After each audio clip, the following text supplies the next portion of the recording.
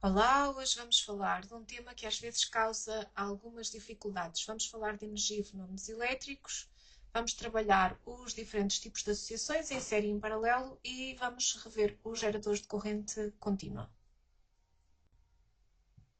O conteúdo deste vídeo começa por abordar as associações das resistências em série. Vamos ver quais são as relações entre a diferença de potencial, a corrente elétrica e a resistência. Depois vamos passar para as associações em paralelo. Finalmente vamos ver algumas questões com uma associação mista, em que eu tenho algumas resistências em série e algumas em paralelo. Vou tentar resolver aqui algum exercício. E por último vamos ver o que é que acontece com os geradores de corrente contínua para chegarmos ao balanço energético. A primeira situação que nós vamos analisar é a associação de resistências em série. No fundo, vamos trabalhar as grandezas elétricas e ver como é que podemos relacionar as correntes no circuito e as diferenças de potencial. Tenho aqui uma situação com três resistências, elas estão associadas em série. Como é que eu sei que estão em série? Estão ligadas sempre através do mesmo fio. Eu não coloquei aqui o resto do circuito, mas vocês podem idealizá-lo traçando, por exemplo, aqui o meu gerador, um bocadinho torto, que eu não tenho aqui muito jeito para o desenho. Podem ou não colocar um interruptor neste circuito e depois intercalar os aparelhos de medida. O meu objetivo é perceber que, independentemente da posição onde eu coloco um possível amperímetro, enquanto eu tiver resistências no mesmo fio elétrico, a corrente elétrica é sempre a mesma. Eu tenho sempre o mesmo número de cargas a atravessar a minha área de secção por unidade de tempo. Então, um I que passa aqui no meu gerador, ou o I que passa pela primeira resistência, o I1, ou o que passa na segunda resistência, I2, ou o que passa na terceira resistência, I3, tem sempre o mesmo valor. Portanto, enquanto eu tiver o mesmo fio, tem o mesmo valor de I. Se vocês quiserem pensar nisto de outra forma, se eu intercalar no meu circuito os amperímetros, se eu colocar aqui um amperímetro A1, um amperímetro A2 aqui deste lado e um amperímetro A3 deste lado, ou se quiserem um amperímetro A aqui junto ao gerador, antes ou depois do gerador, é completamente indiferente. Todos estes amperímetros vão ler exatamente o mesmo valor. Já não acontece igual se eu tiver a ler as diferenças de potencial. E então, aí o que é que muda?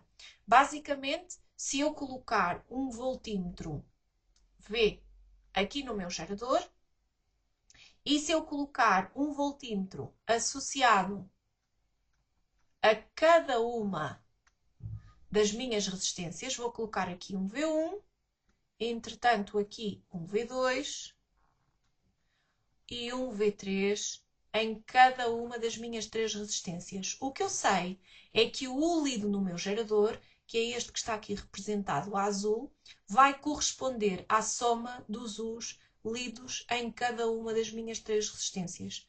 Alguma cautela, porque às vezes toda a gente acha que o facto de eu estar a somar as diferenças de potencial ou as tensões elétricas, que elas serão iguais entre si. Mas podem não ser. Se as três resistências são iguais, sendo os Is o mesmo para cada uma das resistências, o U também vai ser. E porquê que eu sei isso? É fácil, vocês usam aqui R igual a U sobre I, e se o I tem o mesmo valor, porque as três resistências estão em série. Portanto, o I1 é igual ao I2, que é igual ao I3. Se as três resistências forem iguais, os R's também são o mesmo valor. Então, se o R é sempre o mesmo e o I é sempre o mesmo, o U também tem que ser igual. O que faz com que o U1 seja igual ao U2, que é igual depois ao U3. Agora, resistências diferentes vão implicar diferenças de potencial diferentes. Portanto, há alguma cautela para não estar aqui a fazer associações incorretas. Há um terceiro elemento que eu decidi acrescentar aqui ao vídeo. Ele não faz parte exatamente do programa de 10º ano, mas às vezes dá jeito para resolver exercícios. Numa associação em série, eu posso associar estas três resistências como se elas fossem só uma, chamo-lhe resistência equivalente. E essa resistência equivalente é a soma de todas as que estiverem acopladas em série. O que é que muda se tivermos uma associação de resistências em paralelo? A lógica é a mesma que estávamos a fazer há pouco. Portanto, vamos analisar uma situação particular e ver o que é que acontece aos U's e aos I's. Então, tendo por base o mesmo objetivo, volto a lembrar que eu não tenho aqui a totalidade do meu circuito, mas podemos prolongar aqui esta linha para representar um gerador aqui no fundo. E o meu gerador pode ter acoplado, vamos pôr aqui, 1 amperímetro e posso colocar, portanto, na parte principal do circuito, que é onde eu tenho o gerador, tenho o amperímetro A e vou colocar mais 3 amperímetros, um associado a cada uma das minhas resistências, A1, A2 e o A3. A designação 1, 2 e 3 é só para facilitar, que é o amperímetro que está no ramo onde eu tenho a resistência 1, a 2 e a 3, respectivamente. Se eu pensar nas diferenças de potencial, vou colocar aqui uma junto ao meu gerador, unir aqui estes pontos e posso começar já por aqui. O facto de ter uma associação em paralelo faz com que esta diferença de potencial que eu estou a medir aqui, a partir do momento em que ela se une aos nós onde eu tenho a divisão do circuito em diferentes ramos, implica que para cada uma daquelas resistências eu vou ter exatamente o mesmo valor de diferença de potencial. Portanto, se eu colocar aqui o voltímetro V1, V2 ou V3, ele vai ler exatamente o mesmo valor que eu leio aqui no meu gerador. Os Is é que vão ser diferentes. O que é que acontece com os Is? Efetivamente, quando eu encontro um nó, e reparem, aqui do circuito onde eu tenho o meu gerador sai tenho aqui uma setinha a representar a corrente elétrica I.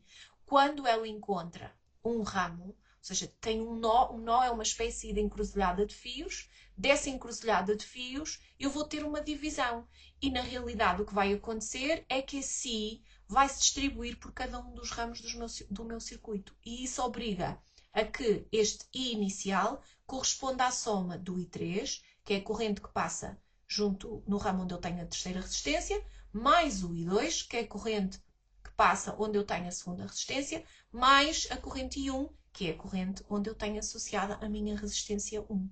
Então, a soma destas três correntes é que corresponde ao I que passa no circuito principal. Portanto, reparem que isto já é um bocadinho diferente da associação, em relação à associação em série que estávamos a falar. Agora, se eu ainda assim quiser determinar a resistência total ou a resistência equivalente a estas três, também o posso fazer, mas já não posso somá-las como faço na associação em série. Numa associação em paralelo, o inverso da resistência equivalente corresponde à soma dos inversos de cada uma das resistências associadas ao meu circuito. Isto acaba a ser relativamente simples quando temos exercícios em que só existem resistências ou condutores associados em série ou associados em paralelo. Mas na realidade o que vai acontecer muitas vezes é que eu tenho uma associação mista. Ou seja, tenho circuitos elétricos que têm alguns componentes associados em paralelo e outros associados em série. Portanto, as coisas aqui complicam um bocadinho, mas a lógica é misturar aquelas duas ideias daquilo que acontece aos U's e aos I's. Vamos ver como é que é.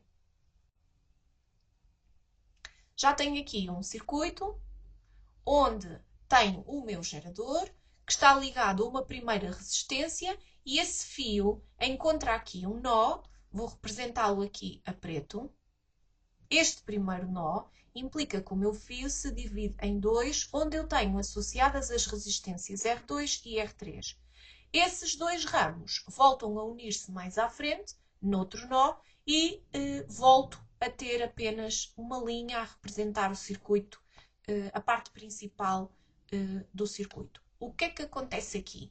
A primeira coisa que eu tenho que ver é que as resistências 2 e 3 estão associadas em paralelo. Elas têm dois nós comuns e ao estarem associadas em paralelo, se eu acrescentar no meu circuito os voltímetros, o voltímetro que vai ler a diferença de potencial ou a tensão elétrica na segunda resistência e o voltímetro que vai ler a tensão elétrica ou a diferença de potencial na terceira resistência têm exatamente o mesmo valor, precisamente por estarem acoplados em paralelo. Agora, o problema é que o I, a corrente elétrica, que vem aqui, ou que é gerada pela presença deste gerador, quando encontra um nó, deixem-me só trocar aqui a cor, quando encontra um nó, divide-se. E divide-se, neste caso, vou chamar I1 à resistência que percorre o circuito principal, que vai se distribuir pelo ramo onde eu tenho a resistência 2, I2, e pelo ramo onde eu tenho a resistência 3, I3. E o meu I1 vai ser igual à soma do I2 com o I3. Aqui é indiferente escrevermos o I em maiúsculo ou minúsculo, podem usar a forma que entenderem. O problema é que eu tenho uma resistência fora desta associação, que é R1. E se eu pensar um bocadinho neste assunto, o R1, como é que está associado às outras duas? O R1 está associado em série com as outras duas. É como se o R2 e o R3 formassem um subconjunto aqui dentro, com uma resistência que depois vai estar acoplada em série com o R1. E o que é que isso implica? Que o I que corre aqui no circuito principal é o I que corre em R1. Mas a diferença de potencial que eu vou ter aqui associada à resistência R1, vou-lhe chamar V1, para eu poder estabelecer uma relação com o U2 ou o U3, as tensões lidas nas duas resistências associadas em paralelo, preciso também colocar um voltímetro aqui junto ao gerador. E isso já implica que a tensão ou a diferença de potencial lida no gerador, estando o R1 acoplado em série ao R2 ou ao R3, ou ao conjunto dos dois, corresponde à soma da tensão lida neste primeiro voltímetro com a tensão lida neste segundo voltímetro. Como a do segundo voltímetro é igual à do terceiro, também posso escrever isto como U lida no primeiro mais U lida no terceiro. O que é que acontece aqui em termos de exercícios? Eu vou tentar, encontrei aqui um exercício que não é muito complexo, mas dá para perceber um bocadinho a mecânica. Vamos resolvê-lo a seguir. Vamos então ver como é que se processa um exercício. Tenho aqui um circuito. Reparem que o circuito tem aqui, o lado esquerdo, o meu gerador, um elemento de pilha. Está aqui um interruptor, neste caso o interruptor está aberto. Temos uma resistência de 1 kΩ. O fio depois aqui divide-se em dois, um pouquinho mais abaixo, a seguir ao ponto H, e vai passar aqui pela resistência R1 e R2. Volta-se a unir o fio e dá continuidade até novamente ao nosso gerador. Então, a um aluno é dado um circuito e um voltímetro. Um diagrama esquemático do circuito está aqui na figura. Com o interruptor fechado, já podemos estar a imaginar aqui esta linha fechada. O aluno registra as seguintes observações. Leituras nos amperímetros. A1, este amperímetro vai ler 2,73 mA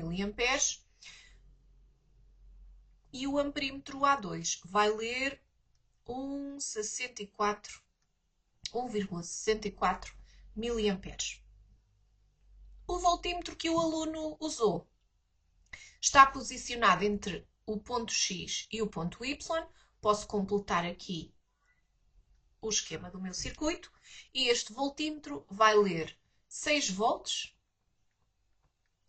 No entanto, se for colocado entre Z e H, vou colocar aqui,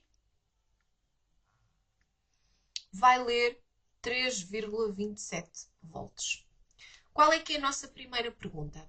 O aluno liga o voltímetro ao circuito entre dois pontos. Quer uma ligação que produza uma leitura de 2,73 volts. Em que pontos, ou entre que pontos, é que deve ser feita essa leitura?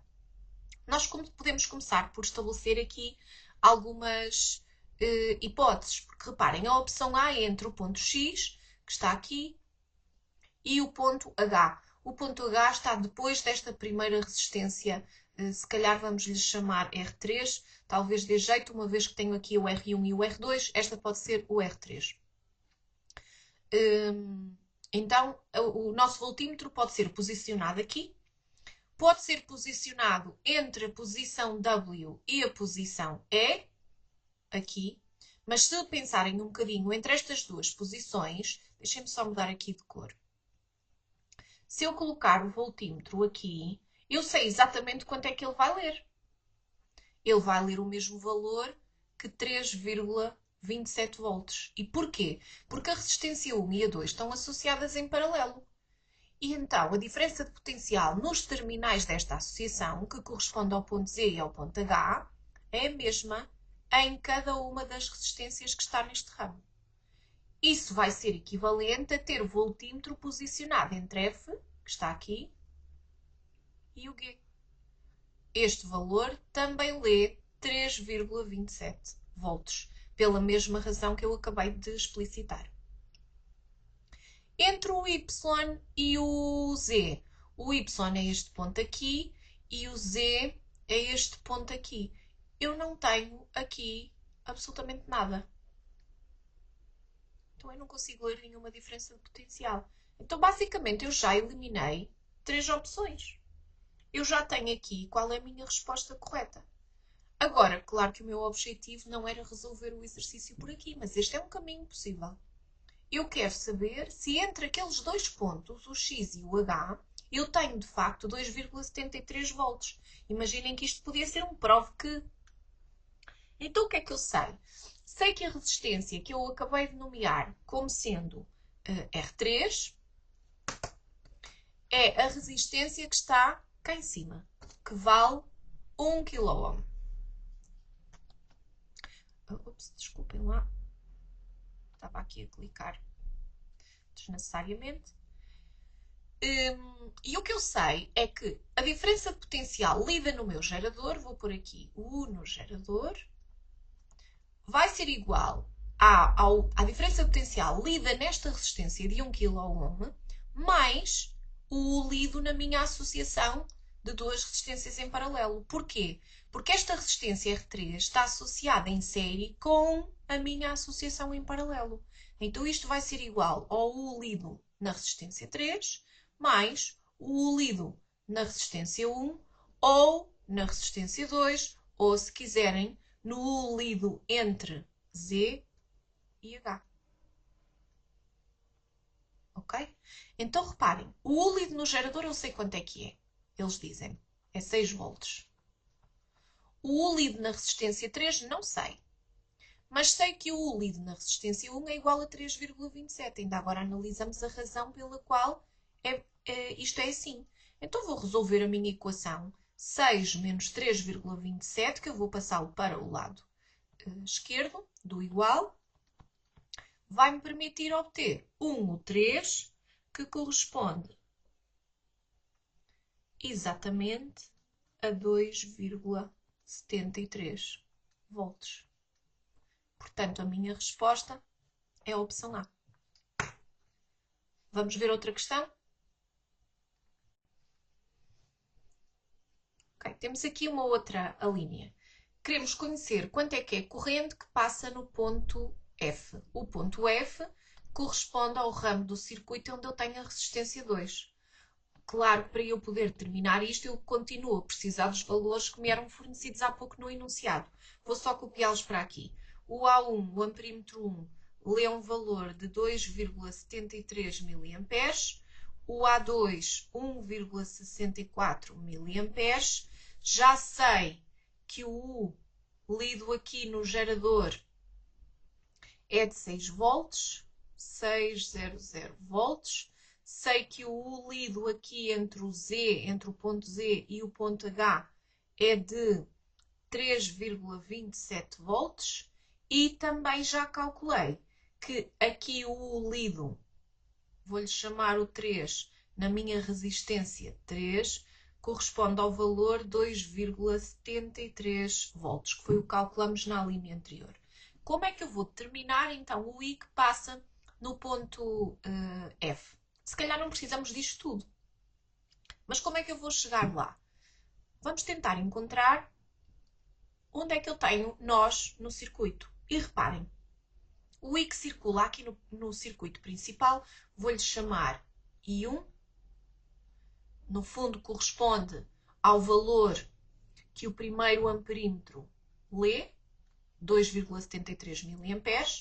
Encontra aqui um nó, o que obriga esse I1 a subdividir-se em I2, que é o valor lido aqui no segundo amperímetro. Isto parece um menor, eu não quero que seja um menor, quero que seja um igual. E no I3, que é o I que corre pelo ponto F, que é o que nós queremos saber. Então, como é que eu vou agora resolver esta questão? Vou trabalhar, no fundo, o que eu sei dos Is. E o que é que eu sei dos Is? Sei que quando encontro uma componente de um circuito em paralelo, o I que corre antes dessa associação, que é o meu I1, vai corresponder à soma do I2 com o I3. E este exercício é quase de caras, porque reparem, o I1 eu sei leitura direta no amperímetro, 2,73. Posso trabalhar aqui em miliamperes, uma vez que os dois valores que eu tenho estão em miliamperes. Isto implica que o resultado também vai vir em miliamperes, mas se quiserem converter para amperes também é possível. O I2 eu também sei, 1,64, e o I3 é o valor que eu quero saber. Então, vou só passar 1,64 para o lado esquerdo e já tenho aqui o cálculo para determinar o I3. O I3 vai-me dar 1,09 mA. Neste caso, vou bater numa opcional que corresponde também à opção A. Se eu quisesse isto em amperes, o mili representa sempre o mesmo, é vezes 10 elevado a menos 3, neste caso, do ampere. Vamos fazer mais uma linha? Nesta linha, pedem-nos para ordenar por ordem decrescente as potências dissipadas, ou seja, da maior para a mais pequena. Queremos as potências dissipadas por efeito de Joule. Já podemos pensar que temos aqui dois caminhos para fazer isto. Ou calculamos a potência multiplicando a diferença potencial pela corrente elétrica, ou, usando a lei de Joule, resistência vezes a corrente elétrica ao quadrado. Isto significa que eu tenho que ter aqui vários dados. Mas eu tenho. Reparem, sobre a resistência 3, a de 1 kΩ, eu sei que o U lido aqui, nós já o calculamos logo na primeira linha, é 2,73 volts. Sei que o I que passa neste ramo do circuito é o I lido no primeiro amperímetro, que é 2,73 mA. Também sei o U lido na resistência 1 ou na resistência 2, que é o U lido na parte em paralelo do meu circuito, que corresponde a 3,27 volts, e sei o I lido neste ramo onde está a primeira resistência, corresponde ao segundo amperímetro, que é 1,64 mA. Então eu posso calcular isto como eu quiser. Se eu trabalhar a potência da primeira resistência, do R1, eu não sei o R1, mas eu tenho o U e tenho o I. Então, se calhar, compensa mais usar a fórmula do lado esquerdo. Vou fazer o U lido em 1 vezes o I lido no segundo amperímetro. O U de 1 é 3,27. Nesta fase, para eu obter a potência na unidade SI, convém ter a corrente elétrica também na unidade SI. Então, vou multiplicar 1,64 por 10 elevado a menos 3. Se eu fizer esta conta, isto vai-me dar 5,36 vezes 10 elevado a menos 3 watts, que é a unidade SI de potência. Para trabalhar a resistência R2, vou fazer a mesma lógica. Portanto, eu também tenho o U2 é igual ao U1, que é os 3,27, e o I eu não tenho aqui, mas eu calculei na linha anterior. Ainda se lembram quanto é que era? O I lido aqui era 1,09 mA. Então, eu vou fazer a leitura Eu já não sei o que é que chamei a este I, deve ter sido I3. Então, vou substituir o I2, 3,27, vezes o meu I3, que é 1,09. Não se esqueçam de multiplicar por 10 elevado a menos 3 para obter a nossa potência em SI. Isto dá 3,56 vezes 10 elevado a menos 3 watts. Falta-me a potência para a terceira resistência, esta de 1 kΩ. Como eu tenho aqui o R, posso trabalhar com o R3 vezes o I3, não é o I3, é o I1, porque é a corrente lida no primeiro amperímetro, ao quadrado. Só para fazer de forma diferente, mas eu tenho, atenção, tenho a diferença de potencial, que é 2,73 volts, e também tenho o I, que é 2,73 miliamperes. Se eu quiser trabalhar a resistência, como aparece aqui em quiloohms, tenho que tirar o quilo. Para tirar o quilo, multiplico por 10 elevado a 3 ohms, 1,0 vezes 10 ao cubo, vezes o I que passa nesta resistência, que é o I que está no circuito principal, o 2,73, como está em miliamperes, vou multiplicar por 10 elevado a menos 3, e reparem, se eu estou a usar esta expressão aqui, há uma coisa que não convém me esquecer, é que este I está ao quadrado. Se eu me esquecer dele, vai dar asneira. Em termos de cálculo, isto vai dar 7,45 vezes 10 elevado a menos 3 watts. Agora já estou em condições de dar a minha resposta. Se eu quero ordem decrescente das potências dissipadas, vou começar pela maior, que corresponde então à potência P3. Segue-se. Agora tenho aqui 3,56 e 5,36. Vou para a potência da primeira resistência e a potência mais baixa corresponde à potência da segunda resistência. Só escrever aqui 2. Está feito. Muitas vezes estes exercícios com as associações em série e em paralelo vêm acoplados à matéria dos geradores de corrente contínua, e para isso nós precisamos saber representar o balanço energético. Importa conhecermos quais são as características de um gerador e como é que fazemos depois o balanço energético. É isso que vamos ver a seguir. Então, há várias informações que importa reter. Este slide parece que está um bocadinho cheio, mas reparem, na realidade, quando eu tenho um gerador de corrente contínua, e nós só vamos estudar os geradores de corrente contínua, eu tenho que perceber o que é que ele faz. O gerador é o componente do meu circuito que vai, no fundo, permitir que todos os outros condutores funcionem. Ele vai realizar sobre cada um dos portadores de carga trabalho, porque vai impor a aplicação da força elétrica que vai fazer movimentar os portadores de carga. Então, eu tenho que perceber que esse gerador consegue produzir energia elétrica. Neste efeito de produzir energia elétrica, eu tenho que conhecer a definição da força eletromotriz. O que é força eletromotriz? Não é nenhuma força, isso é importante perceber. Mas o que é que ele é efetivamente? É a quantidade de energia que o gerador consegue transformar por unidade de carga que atravessa o circuito. E reparem, neste ponto, há aqui algumas questões que são importantes. Basicamente, o gerador está a transformar energia não elétrica em energia elétrica. E eu posso medir o seu valor de forma direta. Basta-me ligar um voltímetro diretamente aos terminais do meu gerador. Agora, essa ligação também pode ser feita de outra forma. Eu posso ter o meu gerador associado a um circuito e esse circuito, se estiver aberto, não posso ter o circuito fechado, tem que ter corrente igual a 0. Quando eu vou fazer a leitura recorrendo a um voltímetro, vou fazer exatamente a mesma leitura. Vou ler a força eletromotriz. Portanto, é como se eu tivesse um gerador aqui. Vou colocar a ação de uma resistência. Na realidade, isto vai conduzir a uma atividade experimental e em vez de uma resistência vou ter aqui um rióstato. É uma resistência variável.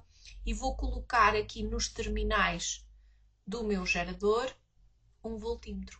Se este circuito estiver fechado, eu não estou a ler de modo algum a força eletromotriz.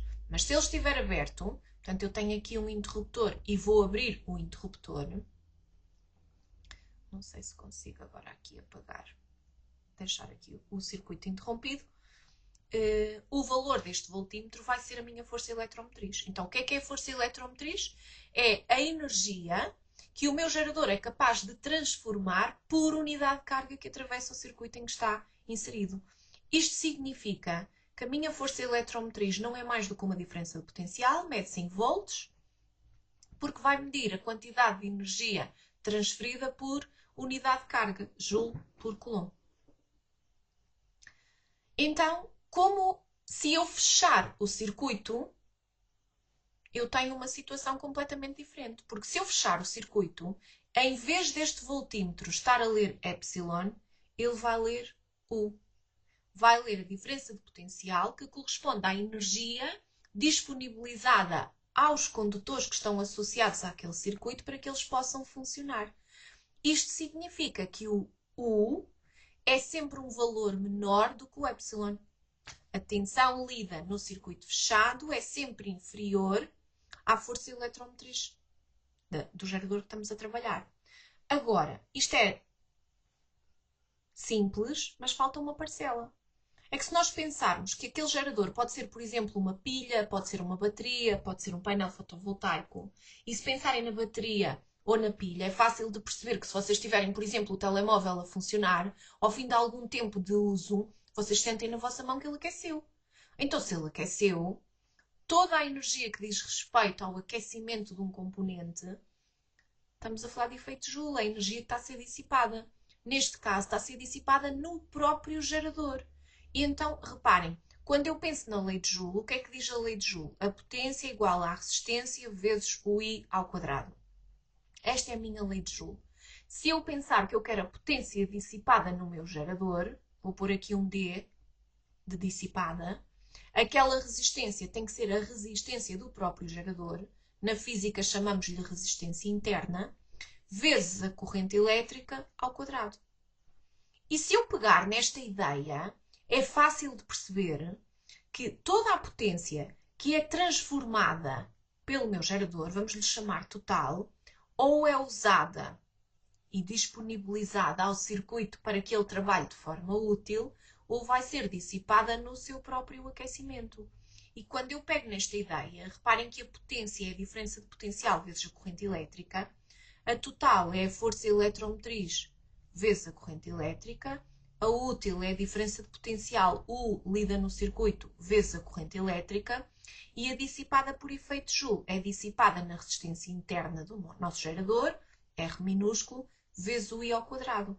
Eu posso simplificar esta expressão cortando os I's e vou ficar, se eu resolver isto em ordem a U, epsilon menos RI é igual a U. E esta expressão que está aqui do lado direito é o nosso balanço energético. Sendo que o epsilon, a força eletromotriz, e o R, a resistência interna, por aqui, força eletromotriz, e o R, resistência interna. Só modificar aqui a corzinha. Eu tenho as duas características do meu gerador. E isto é muito importante quando eu vou, por exemplo, fazer a atividade experimental que diz respeito a este subdomínio, que é determinar as características do gerador. Quais são as suas características e como é que é a sua curva. Ora, vamos ver o que é que isto representa. O que eu tenho aqui é um gráfico, porque na realidade, quando eu vou fazer a atividade experimental, e eu não vou estar aqui a explorá-la ao pormenor, mas eu vou ter uma pilha, que é o meu gerador de corrente contínua, associado a um rióstato, uma resistência variável, vou ligar um voltímetro nos terminais dessa pilha ou desse gerador e um amperímetro no meu circuito. E vou escrever uma tabela com os dados de U e de I. Quando eu escrevo essa tabela e depois traço um gráfico, vou obter uma relação linear. Se eu representar aqui um gráfico de U em função de I, o que eu sei é que eu vou obter esta relação linear, aqui onde diz real, é a curva, ou se quiserem a reta, que vai representar esta relação, em que a minha ordenada na origem corresponde à força eletromotriz. E se eu quiser vir testar o significado físico do declive, também é fácil de fazer. O significado físico do declive é só fazer y sobre x. O que é que eu tenho nos y? A tensão ou a diferença de potencial. O que é que eu tenho no x? A corrente. O que é U sobre I? A resistência. Se vocês pensarem, R é igual a U sobre I, até tivemos a ver isto na lei de Ohm. Então, agora, esta resistência que está aqui é que é uma resistência especial, é a resistência interna do nosso gerador. Então escrevemos como um R minúsculo. Tem ainda um pequeno senão. É que este declive é negativo, o que implica que este declive é o simétrico da resistência interna da pilha. E não é difícil chegar lá. Experimentalmente nós vamos ter estes dois valores. Então, a ordenada na origem corresponde à força eletromotriz e o declive ao simétrico da resistência interna do nosso gerador. E graficamente eu consigo obter aqui a relação linear que representa a curva do gerador e que nos permite obter as características dele. Neste slide eu só estou a utilizar de forma mais coerente, assim com uma imagem mais bonita, sem ser com a minha letra, o balanço energético que fizemos há pouco, para poder dar um mote para determinarmos o rendimento do nosso gerador. O rendimento do nosso gerador calcula-se como se calcula qualquer rendimento que já foi trabalhado também na unidade de energia e movimentos. É sempre a energia útil sobre a energia total ou potência útil sobre a potência total. Sendo que a potência total, aqui no nosso contexto, é toda a potência que o gerador consegue transformar. Se eu fizer isso, é só indicar que a potência útil corresponde a U vezes I e a potência transformada ou total é o epsilon vezes I. E eu posso simplificar aqui a corrente elétrica e isso permite-me calcular o rendimento dividindo o U pelo epsilon. A tensão lida em circuito fechado sobre a força eletromotriz. O vezes 100 é só para obter o rendimento em termos percentuais. Simplificando isto num circuito elétrico, o meu gerador está a transformar energia não elétrica em elétrica, então é ele que detém a energia total e essa energia transformada é dada pela potência, que é a força eletromotriz vezes a corrente, vezes o tempo de funcionamento. Basicamente estou a aplicar a potência vezes o intervalo de tempo é igual à energia. E aqui a potência será epsilon vezes I. Os condutores que vão usar a energia que o gerador disponibiliza. É preciso perceber que eles só consomem uma parte dessa energia. Corresponde à componente útil e pode ser calculada na mesma pela potência vezes o intervalo de tempo, mas a potência é U vezes I. Ao mesmo tempo que estes condutores estão em funcionamento, o gerador dissipa parte da sua energia devido à ação da resistência interna no seu próprio aquecimento.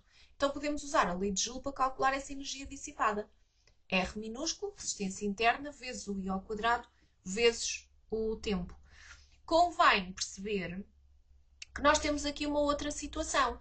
A energia que é disponibilizada ao funcionamento do nosso circuito, se os seus componentes forem puramente dissipativos ou resistivos, pode ser utilizada com base na lei de Joule. Em vez de usarmos o P como U vezes I, podemos usar o P como R vezes I ao quadrado. E eu deixei aqui no fim a linha resumo deste balanço energético, pode ser escrito das duas maneiras, consoante estamos a fazer uma ou outra solução. Agora, se o condutor for puramente resistivo ou dissipativo, posso usar qualquer uma delas. Vamos juntar isto tudo num exercício. Temos aqui um circuito elétrico representado no esquema e quero calcular a corrente elétrica que se estabelece nos condutores montados em paralelo. Quais são os condutores montados em paralelo? É este e este de 6 ohms. Okay? Temos aqui dois condutores. Se calhar o melhor é começarmos a chamar nomes às coisas, Vou chamar esta resistência que está no ramo principal do circuito R1.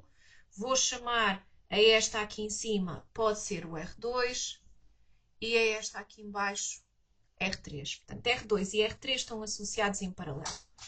Como é que eu vou poder calcular isto? Na associação em paralelo, eu sei que a tensão lida nas duas resistências é a mesma.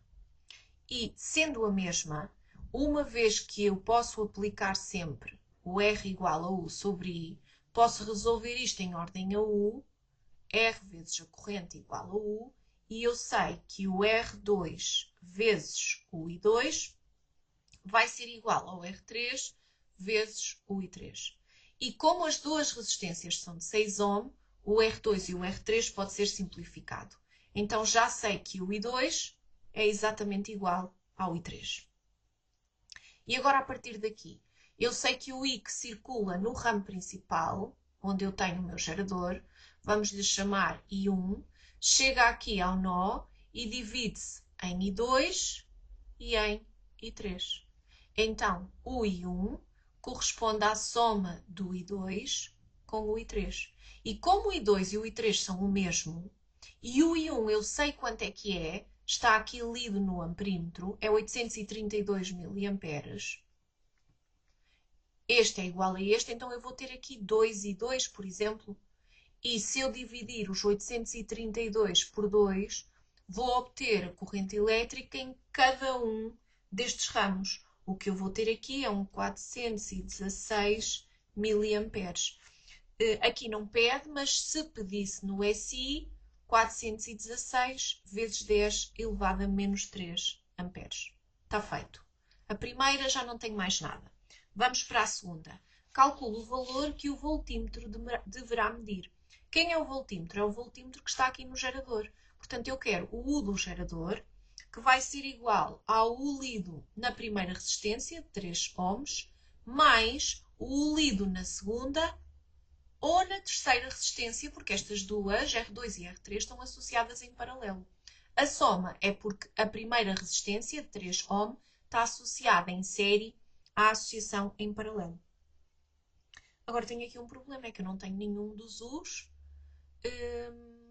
para poder trabalhar esta expressão com calma. Mas eu sei que o U é R vezes I, eu tenho as resistências todas. Então, se eu quero calcular o valor lido no gerador, o U de 1 pode ser a resistência lida em 1 vezes o I1, e eu tenho estes dois valores, e o U2 pode ser a resistência 2 vezes o I que passa onde eu tenho essa resistência. O R1 é 3 ohms, o I1 é os 832 mA, que vou aqui passar para amperes, mais a resistência 2, que é 6 ohm, vezes o I2, que eu acabei de calcular como sendo 416 vezes 10 elevado a menos 3. Então, eu já consigo calcular aqui o lido no nosso gerador. Isto vai dar 4,99 volts. Está feito. Vamos tentar mais uma?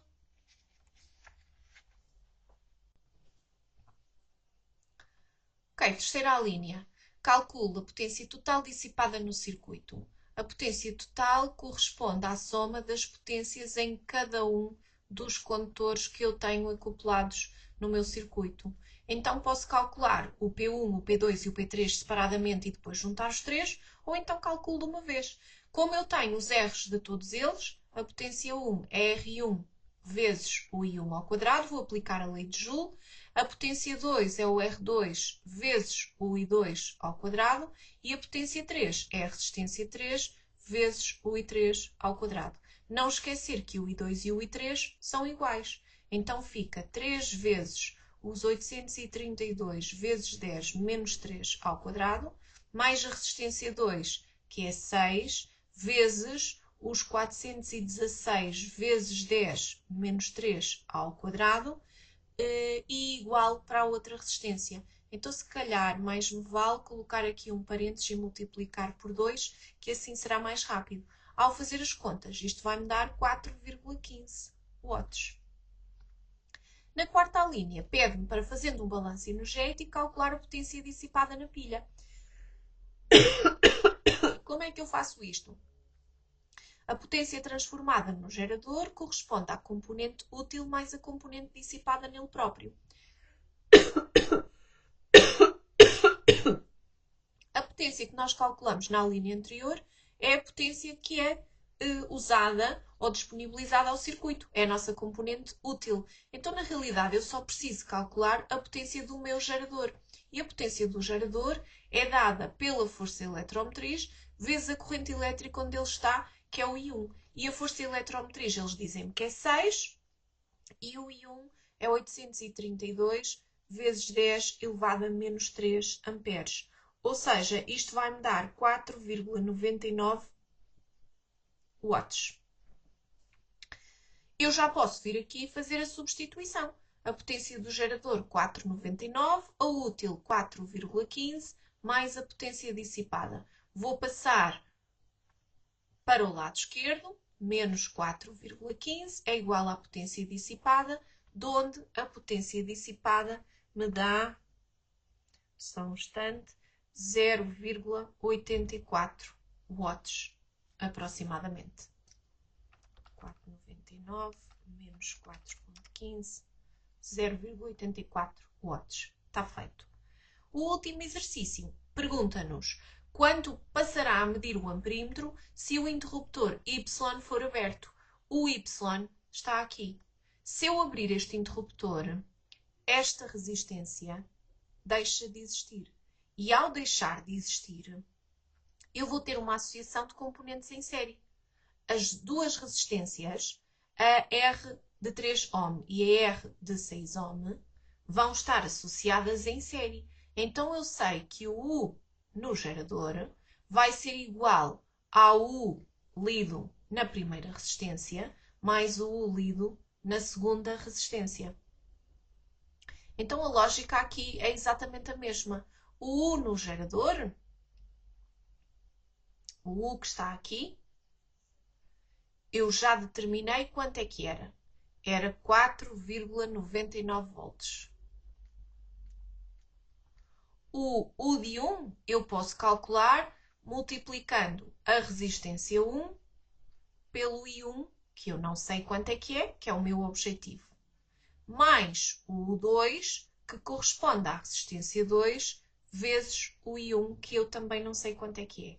Ou seja, 4,99, o R1 é 3 e 1, mais o R2, 6 e 1. Agora vamos continuar a resolver. 4,99 vai dar 9 e 1.